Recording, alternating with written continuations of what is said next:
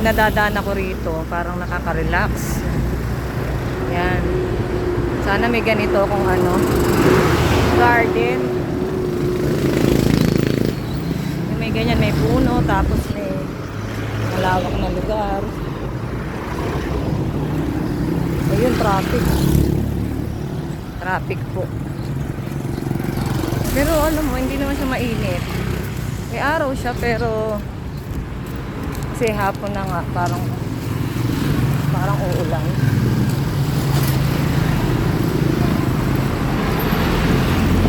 Parang sarap sa pakiramdam. Nare-relax ako.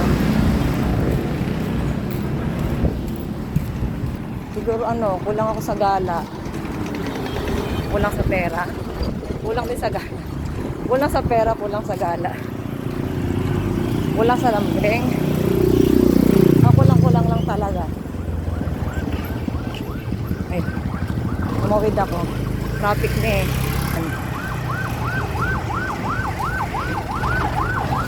Uwang-uwang ka.